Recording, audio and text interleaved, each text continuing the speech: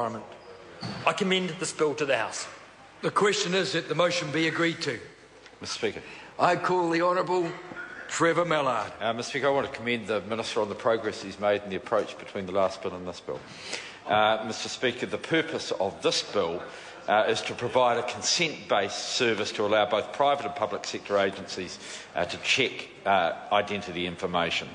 It extends the use of the data validation service to public and private sector agencies on a strictly need-to-know basis. We're supporting the bill because it allows government agencies and the private sector to use identity information in the fight against fraud. We are mindful of the privacy concerns around the sharing of identity information, and the committee sought the Privacy Commissioner's assurances during that process. Identity fraud is a serious problem. It's a growing problem in New Zealand. It costs New Zealanders and the government millions of dollars every year.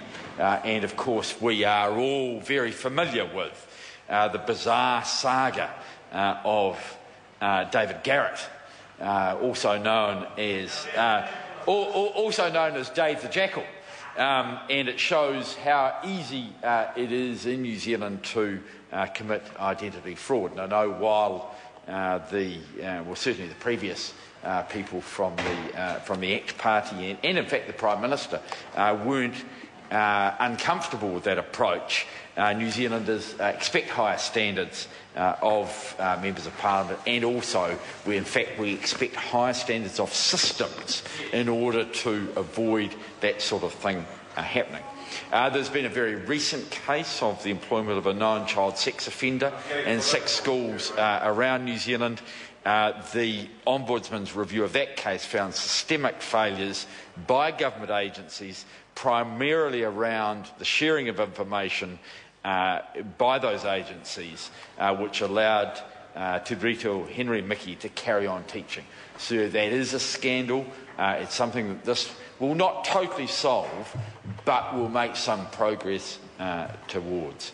Mr Speaker, the last point I want to make is that we are not putting this through under urgency, but we are using the extended sitting procedures, which we do around legislation which has widespread support in the House, and I'm pleased that we are doing that.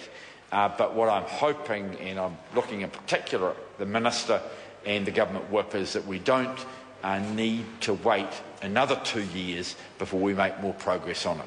Thank you very much. Chris Hockenvold. Thank you, Mr Speaker. This is